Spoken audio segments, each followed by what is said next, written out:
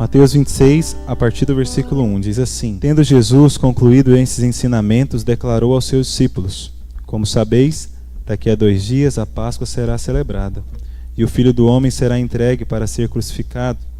Enquanto isso, o chefe dos sacerdotes e os anciãos do povo se reuniram no palácio do sumo sacerdote, cujo nome era Caifás, e fizeram um acordo para prender Jesus por meio de traição e matá-lo. Porém, recomendaram que isso não seja feito durante a festa, para que não ocorra grande alvoroço entre o povo. Versículo 14. E aconteceu que um dos 12, chamado Judas Iscariote, foi ao encontro do chefe do sacerdote e lhe propôs: O que me dareis caso eu vou-lo entregue? E lhe pagaram um preço de 30 moedas de prata. E desse momento em diante procurava Judas uma ocasião apropriada para entregar Jesus. Versículo 47. E estando ele ainda a falar, eis que chegou Judas, um dos 12, e trazia consigo uma grande multidão, armada de espadas e porretes, vinda da parte do chefe do sacerdote e dos líderes religiosos do povo. Mas o traidor havia combinado um sinal com eles, informando-lhes: Aquele a quem eu saudar com um beijo, esse é quem procurais, prendei-o. Então aproximaram-se rapidamente de Jesus. Disse-lhe Judas: Eu te saúdo, ó mestre, e lhe deu um beijo. Jesus, contudo, lhe perguntou: Amigo, para que vieste? No mesmo instante, os homens avançaram sobre Jesus e o prenderam. Eis que um dos que estavam com Jesus, estendendo a mão, puxou a espada e, ferindo o servo do sumo sacerdote, decepou-lhe uma das orelhas. Mas Jesus lhe ordenou: Embainha a tua espada, pois todos os que lançam mão da espada, pela espada morrerão. Ou imaginas tu que eu, neste momento, não poderia orar ao meu Pai, e ele colocaria à minha disposição mais de 12.000 legiões de anjos? Entretanto, como então se cumpririam as Escrituras, que afirma que tudo deve acontecer dessa maneira? E naquele mesmo instante Jesus se dirige às multidões, indagando-lhes: Lidero eu algum tipo de rebelião, para que venhas contra mim com espadas e porretes e me prendam? Pois todos os dias estive ensinando no templo, e vós não me prendeste. Todavia, esses fatos todos ocorreram em cumprimento às Escrituras dos profetas. Assim, todos os discípulos abandonaram Jesus e fugiram. Vamos orar? Senhor, como é bom estar diante da sua palavra e saber, Deus, que ela tem o poder de nos transformar, ela tem o poder, Deus, de trazer sobre nós arrependimento, ela tem o poder, Senhor, de ressignificar a nossa história, de trazer, Senhor, propósitos, razão de viver. Nós estamos diante da sua palavra, Deus. Somente ela, Deus, tem o poder de nos transformar. Encontre os nossos corações, Senhor, ávidos, desejosos por ouvir a tua palavra, Senhor. Em nome de Jesus, leva-nos, ó Deus, em direção à revelação das Escrituras, para que de fato, Senhor, o Evangelho seja exposto a nós, e que a resposta disso, Deus, seja um coração contrito, quebrantado, desejoso pelo Senhor. Em nome de Jesus, fala conosco nessa noite, Pai, nessa data tão importante para nós como povo de Deus. Pai, em nome de Jesus, que esse Evangelho anunciado aqui, Senhor, isso que mudou o mundo, que mudou a história, Deus, que isso venha sobre nós, em nome de Jesus, que alcance os nossos corações, alcance, Deus, a nossa mente, os nossos ouvidos. Nos dê a graça, Pai, nesse momento, Pai, de compartilhar, de ouvir, e que a tua palavra, Deus, seja para nós algo de maior valor, em nome de Jesus. Amém. É muito bonito na história do povo de Deus, principalmente esse fato em questão que nós lemos, porque é algo que mudou a história. Deus estava mudando a história da humanidade aqui. E quando nós olhamos, né, é muito comum também as coisas irem perdendo o seu propósito ao longo da trajetória. A gente já fez isso muito bem, né, transformou o Natal em algo assim, a Páscoa também, porque vai entrando a indústria, vai entrando o comércio, vai tirando o propósito, e às vezes a gente para e não reflete sobre o real significado das histórias da Bíblia e como isso é importante para nós. Então a Páscoa, de fato, ela é algo muito importante para o povo de Deus. Nós não podemos viver a nossa vida negligenciando a Páscoa, porque na Páscoa o Senhor estava anunciando algo extraordinário. Jesus estava mudando a realidade humana. Ele estava abrindo caminho para que nós pudéssemos chegar a Deus. Tudo que havia sido escrito pelos profetas, tudo que havia sido anunciado, tudo que foi construído anteriormente tinha um único objetivo: chegar nesse momento. E que tudo isso teria a sua primazia e a sua plenitude em Cristo. Amém? Então aqui, gente, não foi uma ocorrência do acaso. Tudo que foi falado aqui, que nós lemos, de fato foi profetizado. E isso aqui não aconteceu em razão do sinédrio, do sacerdote, do sumo sacerdote, dos sacerdotes e dos fariseus, dos saduceus, não. Isso aqui aconteceu segundo a vontade de Deus. Vamos ler o início do capítulo 26. O que diz aí? Primeiro, Jesus anuncia a Páscoa, né? Versículo 1. Tendo Jesus concluído esses ensinamentos, declarou aos seus discípulos: como sabeis, daqui a 2 dias a Páscoa será celebrada, e o Filho do Homem será entregue para ser crucificado. Quem que anunciou a Páscoa? Jesus.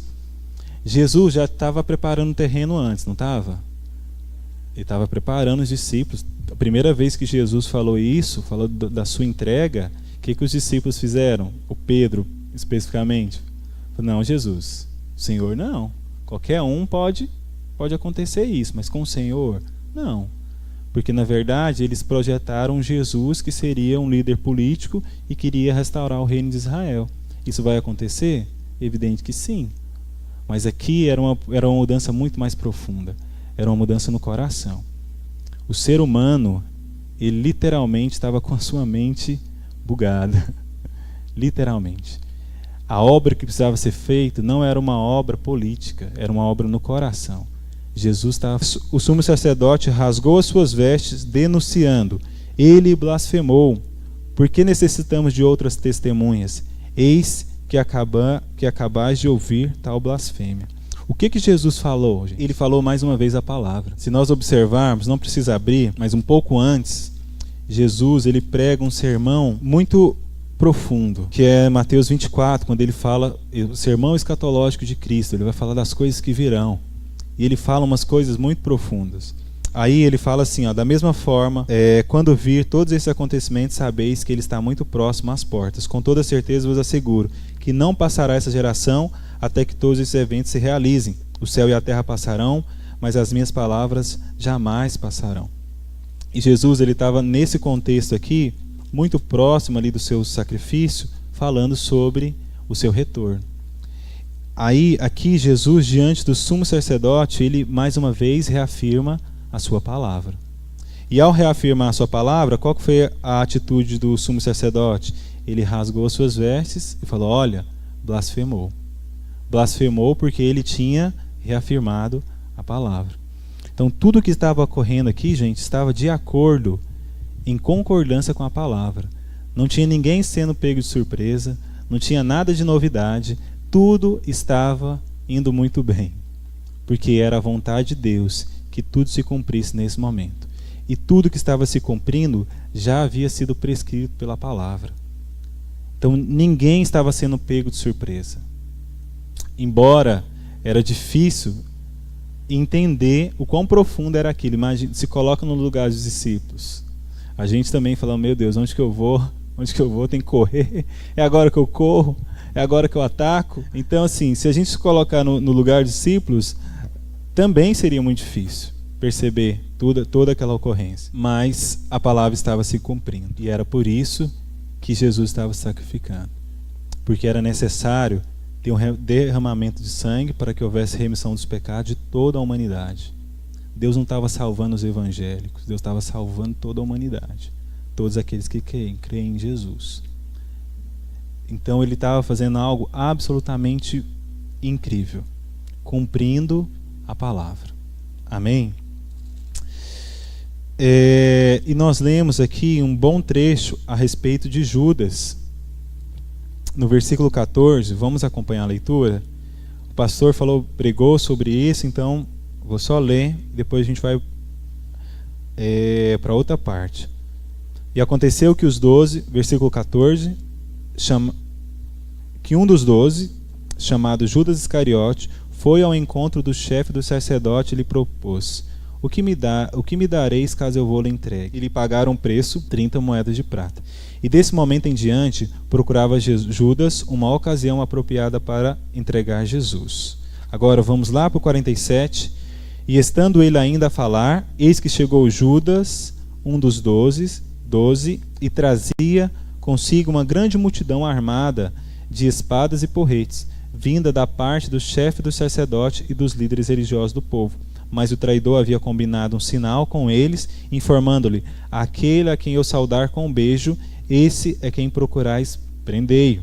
Então aproximaram-se rapidamente de Jesus e disse-lhe Judas: eu te saúdo, ó mestre, e lhe deu um beijo. Jesus, contudo, lhe perguntou: amigo, para que vieste? E foi dessa forma que o Filho de Deus foi entregue para ser crucificado. Mas é muito difícil a gente encarar algumas discussões que vão surgindo sobre Judas, porque hoje existe muitos palatinos da justiça, né? Muita gente quer para si um título de ser o rei da justiça, principalmente se tratando da internet. Existem muitas pessoas querendo trazer uma verdade, querendo ser o justiceiro, e surgem muitas questões a respeito de Judas. Nossa, mas tadinho do Judas. Ah, mas não era bem assim. Nossa, o Judas foi inocente. Vai surgindo coisas que são meramente especulações. E a gente tem que tomar muito cuidado, porque a gente é seduzido por isso também, por essas questões. E um exercício de humildade muito grande que a gente precisa fazer é se contentar com a palavra. Tudo que ultrapassa o que está escrito é especulação. Se é especulação, não pode nos interessar tanto, porque naturalmente o nosso coração vai querer ser seduzido por isso. Ainda mais se as histórias forem sensacionalistas, essas que a gente mais gosta. Então a gente precisa ficar com a palavra.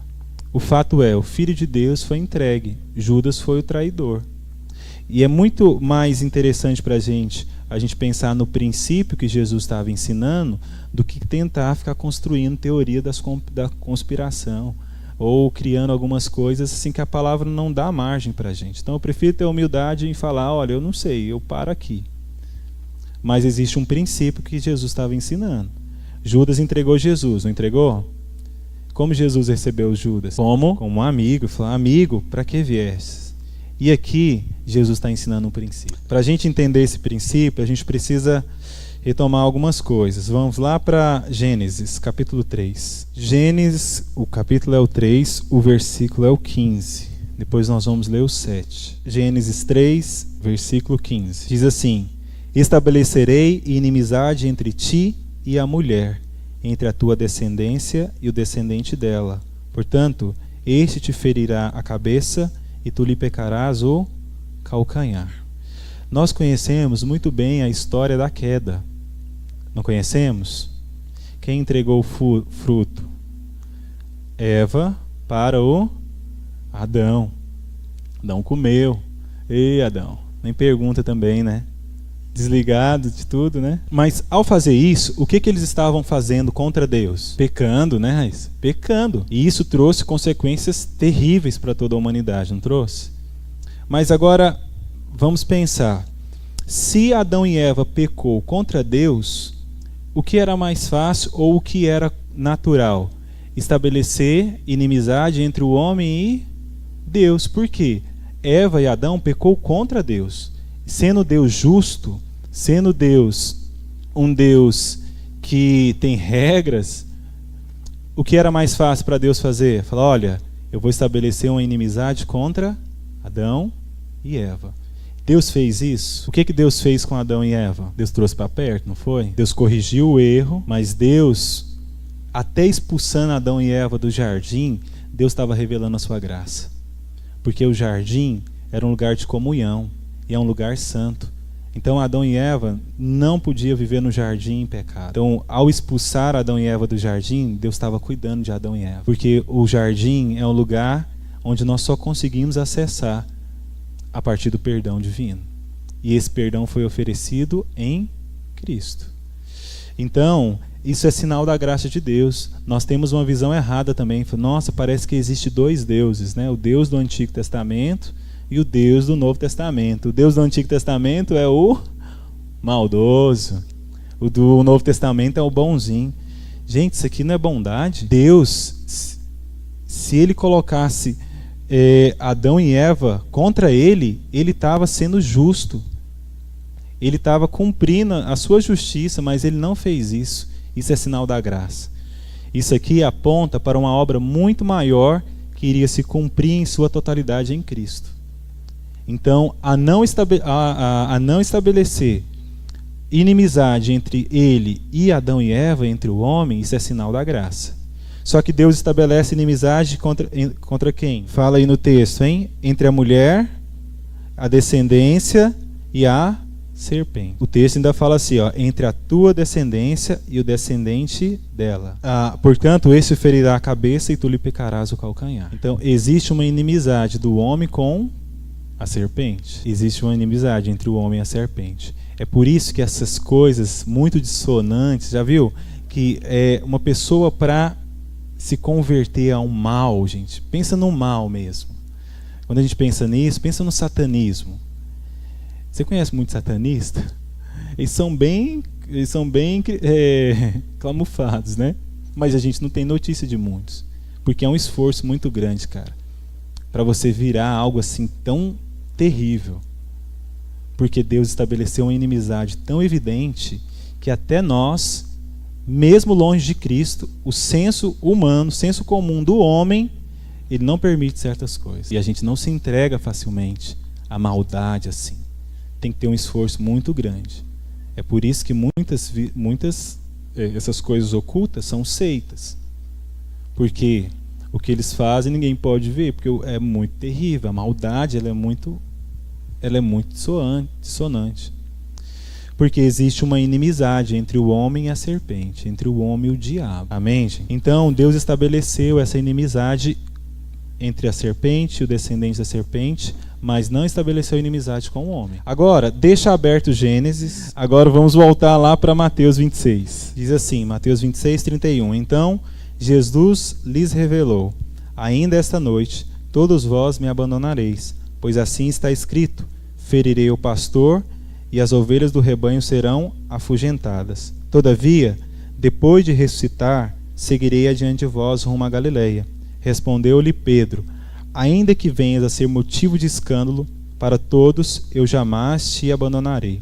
Replicou Jesus: com toda certeza te asseguro que ainda esta noite, antes mesmo que o galo cante 3 vezes, tu me negarás. Agora vamos voltar lá para Gênesis. Nós conhecemos também essa força, né, que Pedro demonstrou, ou tentava demonstrar, e Jesus fala claramente que todos iam abandonar ele.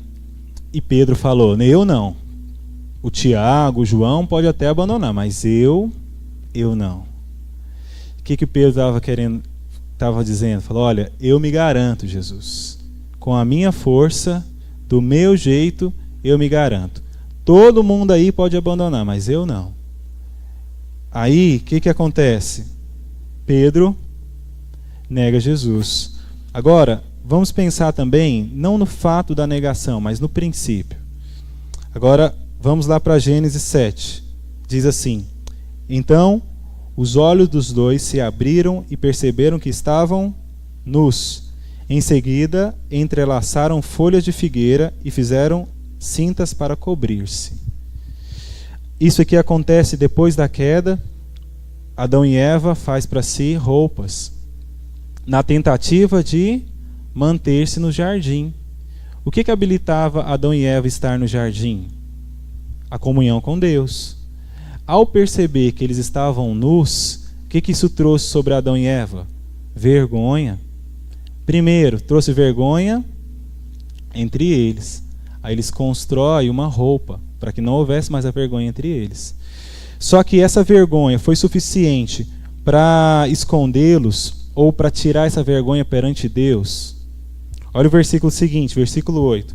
Naquele dia, quando soprava a brisa vespertina, o homem e a sua mulher ouviram o som da movimentação do Senhor, que estava passeando pelo jardim e procurava esconder-se da presença do Senhor entre as árvores do jardim. Essas roupas que eles estavam, foi suficiente para tirar a vergonha que eles tinham do Senhor? Não. Tanto é que eles se escondem. Mas se eles já estavam cobertos, qual era a necessidade de se esconder? Qual era a necessidade de não encontrar a Deus, sendo que a vergonha já tinha sido coberta? Isso mostra, da última vez que eu estive ministrando, eu falei isso. Isso mostra a tentativa do homem de tentar se manter no jardim a partir de si mesmo. Porque o que habilitava Adão e Eva a estar no jardim não era o fato de eles serem muito inteligentes e conseguir cuidar do jardim, ou não. Era o fato de Deus ir até o jardim para ter comunhão com eles.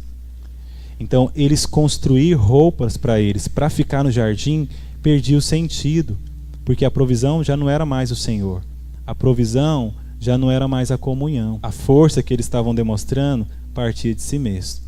Aquilo que Pedro tentou fazer é a mesma raiz que estava em Adão e Eva. Ele estava falando para Jesus: Jesus, eu me garanto. Eles aí não vão se garantir, mas eu me garanto. Com a minha força, eu vou seguir o Senhor. E Pedro, ele tentou se garantir. Isso que eu acho incrível no Pedro, né? Porque ele foi até as últimas consequências. Ele tentou se garantir, ele tentou fazer as coisas com a sua força. A ponto, não precisa abrir, eu vou ler rapidamente, a ponto dele fazer isso aqui, ó. Versículo 51 de Mateus 26. Eis que um dos que estava com Jesus estendeu a mão, e a gente sabe por outro evangelista que era Pedro, estendeu a mão, puxou a espada e, ferindo o servo do sumo sacerdote, decepou-lhe uma das orelhas. Pedro foi até as últimas consequências para fazer valer a sua força, assim como Adão e Eva. Adão e Eva, eles foram até as últimas consequências. Eles preferiram construir roupas do que perder a comunhão. Eles perderam a comunhão. Eles se escondem do Senhor. Isso é como eles estiverem falando: Senhor, do jeito que está aqui, está bom sem o Senhor. E o jardim só fazia sentido com Deus. O jardim só fazia sentido porque Deus ia lá falar com Adão e Eva. Não é porque eles iam nominar os animais. Não, gente. É porque Deus queria ter comunhão com ele. O plano de Deus sempre foi ter comunhão com o homem. E ao olhar para Jesus, nós não podemos olhar para Jesus e achar que Jesus é o plano B de Deus. Não, essa comunhão, ela só seria plena em Cristo. Adão e Eva não conseguiram. Jesus conseguiu. Adão e Eva falhou. Jesus não. Então Jesus estava ensinando para Pedro que não era na força dele. Jesus estava ensinando para Judas que não era segundo a inteligência dele. Quando Jesus chama Judas de amigo, é porque Jesus considerava Judas um amigo. Jesus considerava Judas um amigo. Qual que era a palavra de Jesus? Falou: olha, vão me ferir, vocês vão me abandonar, eu irei até vocês. Pedro, não adianta fazer na sua força, eu vou ao seu encontro. No Evangelho, gente, é sempre de Deus para nós. Nunca vai ser de nós para Ele. Ainda que tenha esforço. Tem dia que tem que ter esforço, sim. Mas a gente precisa entender que a raiz desse esforço nunca será nós. E nós só conseguimos entender isso se nós estivermos no lugar de comunhão com Deus. Porque é no lugar da comunhão com Deus que Ele vai expor o nosso coração a Ele, e nós vamos entender que todo esforço feito fora de Deus é um esforço vão, vazio. Agora, todo esforço feito em Deus é para a glória dEle. E na glória dEle eu me satisfaço. Não na realização, mas em saber que o meu deleite está nele. Lá no grupo pequeno a gente estava conversando sobre isso. Aí a gente lembrou de uma história que tem na Bíblia, quando Jesus cura 10 pessoas. Você lembra dessa história? Jesus curou 10 pessoas. Dessas pessoas, quantas voltaram?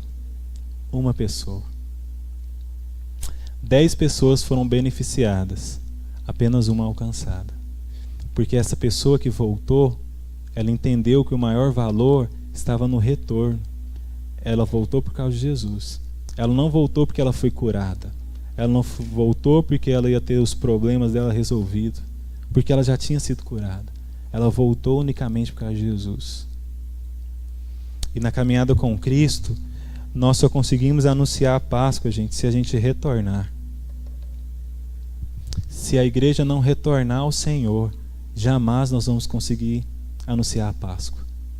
Porque o que é a Páscoa? Que foi pregado aqui várias vezes nos últimos domingos. É a vitória da vida sobre a morte. Mas se Jesus já resolveu o problema da morte, por que nós vivemos uma vida, às vezes, que não evidencia isso? Nosso maior problema não era o pecado? Era ou é? A presença dele é, mas o problema não é mais. Jesus resolveu na cruz. A presença dele, a gente vai sempre ter que lidar com ela. Mas a sentença dele já não está mais sobre nós. Sobre um filho de Deus, não. A presença dele, meu Deus do céu. Oh. Mas Jesus resolveu o nosso problema do pecado. A dificuldade que nós temos é que nós vivemos uma vida, às vezes, alheia a essa realidade. Aí o pecado, a presença dele deixa de ser uma presença para ser uma opção. Se Jesus a resolveu, por que o pecado é uma opção para a gente? Não deveria ser uma opção. Porque a gente sabe que quando ele se torna uma opção, deixa de ser presente, ao se tornar uma opção e ao pecar, a gente se distancia de Deus. Aí a gente deixa de anunciar essa vida que venceu a morte. A gente deixa de anunciar a Páscoa. A Páscoa não é só a respeito de um final de semana. A Páscoa é a respeito de uma vida. Jesus nos salvou para a vida. E a nossa vida precisa anunciar quem Ele é todos os dias. E mesmo quando a gente não conseguir, o Espírito Santo há de nos auxiliar. Há de nos auxiliar. Mas para que isso seja uma evidência, nós precisamos viver a nossa vida a partir dessa realidade. Amém? Então, o homem, desde o jardim, ele tentava se esforçar para viver uma vida a partir de si mesmo. Isso não é Páscoa. Só que aí o que Deus faz? Lá em Gênesis, no capítulo 3 ainda, no versículo 21, olha mais uma vez a ação da graça de Deus. Fez o Senhor Deus túnicas de pele e com elas vestiu Adão e Eva, sua mulher. Bom, Adão e Eva já não estavam vestidos? Para que precisava mais uma vez de mais roupa? Se eles já estavam vestidos, se já não tinha mais a vergonha entre eles, existia vergonha para com Deus, não para com eles. Por que Deus construiu então mais uma vez roupas? Porque o problema do pecado ainda assim era um problema para Adão e Eva. Então, ao construir roupas e dar a Adão e Eva, Deus estava estabelecendo mais uma vez, falando para Adão e Eva: olha, vocês estão do meu lado. Existe graça, existe perdão. Vocês estão do meu lado. Eu estabeleci inimizade contra a serpente. Eu não estabeleci inimizade contra vocês. Deus poderia ter estabelecido inimizade contra Adão e Eva, com todo o direito, mas ele decidiu não fazer. Deus colocou a humanidade do seu lado. Amém? Vamos voltar lá para Mateus 26, agora no versículo 50. Mateus 26, versículo 50. Jesus, contudo, lhe perguntou: amigo, para que viestes? Por que Jesus então chama Judas de amigo? Porque Judas estava do lado de Deus. Judas estava do lado de Jesus. O pecado, a traição de Judas ainda não o tirava do lado de Deus. Judas, mesmo entregando o Filho de Deus, ele estava do lado de Deus. Isso é graça. Incompreensível graça. Incompreensível graça. Nós nunca vamos compreender isso, porque os nossos olhos vão olhar e falar: nossa, tadinho do Judas. Ou, nossa, Deus é bravo demais. Judas tinha que morrer mesmo. Não, gente, não é isso que o texto está falando. O texto está falando de um princípio, de que mesmo o cara pecando ali, ele estava do lado de Deus. Amém? Só que é suficiente saber que a humanidade está do lado de Deus? Está todo mundo do lado de Deus, vamos viver do jeito que a gente quer. É suficiente? Compreender que nós estamos do lado de Deus não significa viver uma vida dissoluta. Não significa viver uma vida segundo a minha vontade, fazer o que eu quero. Não. Tanto é que Judas não entendeu isso. No capítulo 27, no versículo 3, fala assim: e sucedeu que Judas, seu traidor, ao ver que Jesus havia sido condenado, sentiu terrível remorso e procurou devolver ao chefe dos sacerdotes e os anciãos as 30 moedas de prata. E declarou: pequei, pois traí sangue inocente. Mas eles alegaram: o que temos a ver com isso? É a tua questão. Então, Judas, só saber que ele estava do lado de Deus não foi suficiente. E aqui talvez esteja a grande questão a respeito de Judas. De fato, não houve em Judas um arrependimento. A humanidade está do lado de Deus? Sim. Mas se não houver arrependimento, nós jamais vamos desfrutar dessa vida. Compreender racionalmente que eu estou do lado de Deus não me habilita a viver uma vida ao lado de Deus. A única coisa que me habilita a viver com Deus é o arrependimento. Judas não se arrependeu. Ele sentiu terrível remorso, mas ele não se arrependeu. Ao não se arrepender, ele perdeu a oportunidade, talvez, aí aqui, tome cuidado agora com o que você vai ouvir, ele perdeu a oportunidade de se arrepender. Sentiu profundo remorso, mas não se arrependeu. Qual que foi a diferença? A gente sabe a diferença de Pedro para Judas. Qual que foi a diferença de Pedro? Ele se arrependeu. Pedro estava do lado de Jesus, mas ele desfrutou da bênção que está ao lado de Jesus quando ele se arrependeu. Judas estava do lado de Jesus, tanto é que Jesus chamou ele de amigo, mas ele não desfrutou da bênção que é estar do lado de Deus, porque ele não se arrependeu. E nós, como igreja do Senhor, como povo do Senhor, nós só conseguimos viver uma vida que glorifica a Deus, porque nós estamos do lado de Deus, se houver em nós arrependimento. Sem o arrependimento, a nossa vida é indiferente a Deus.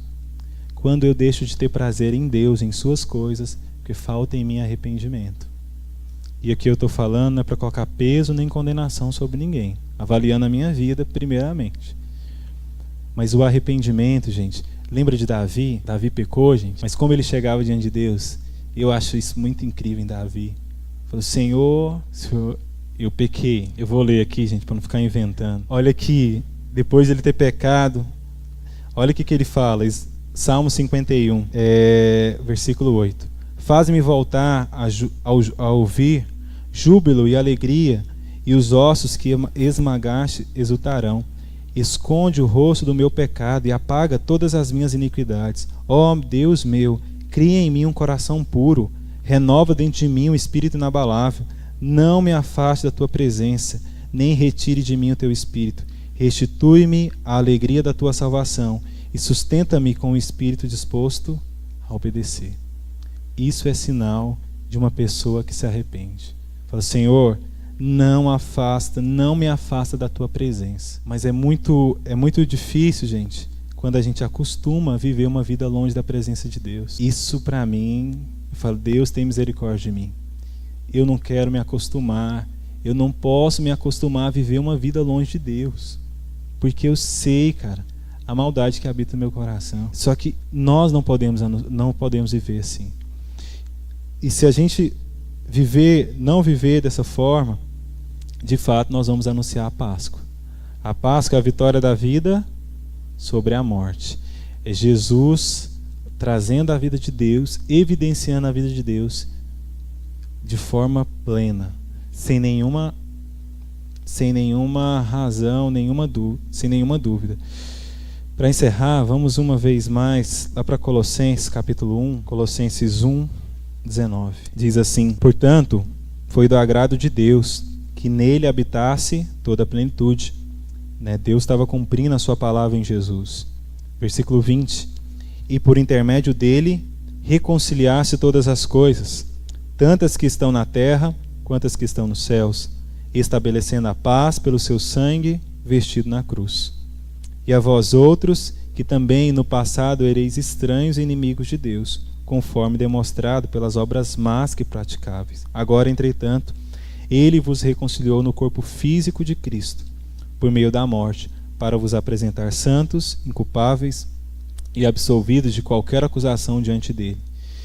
Se de fato permaneceis na fé, alicerçados e firmes, sem vos afastar da esperança do Evangelho que ouvistes e que está sendo pregado a todas as pessoas em todo o mundo, do qual eu, Paulo, me tornei ministro.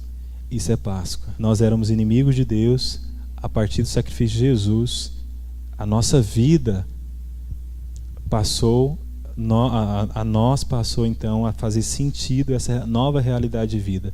Jesus, de fato, inaugurou uma nova realidade de vida. Em Cristo nós temos uma vida plena.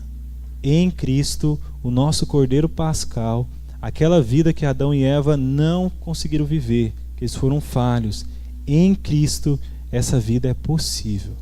Essa vida é possível. Ele nos reconciliou no corpo físico de Cristo.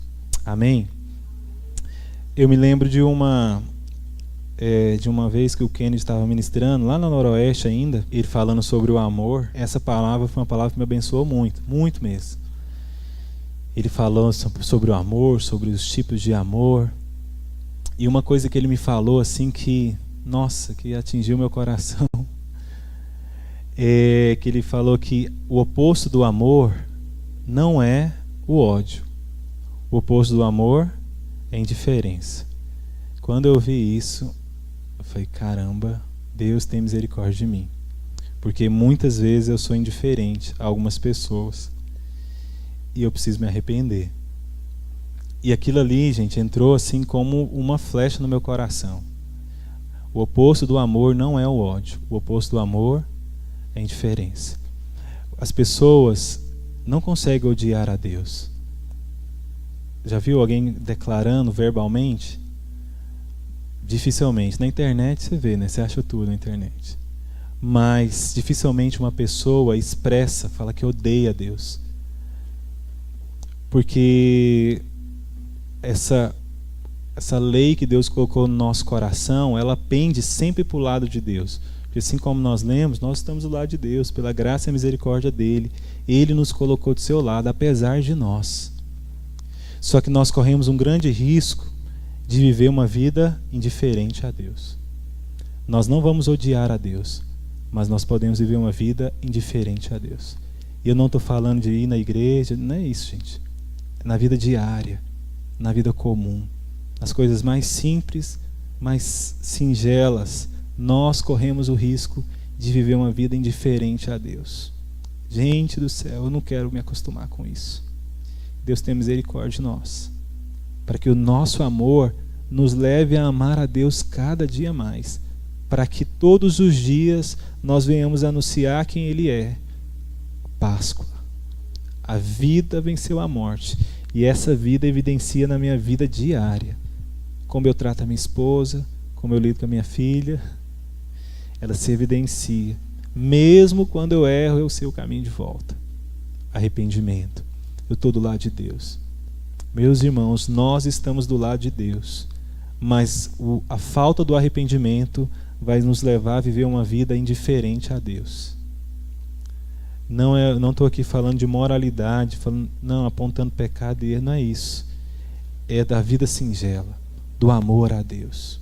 Nós não podemos viver uma vida indiferente a Deus. O preço que Jesus pagou na cruz foi algo muito incrível.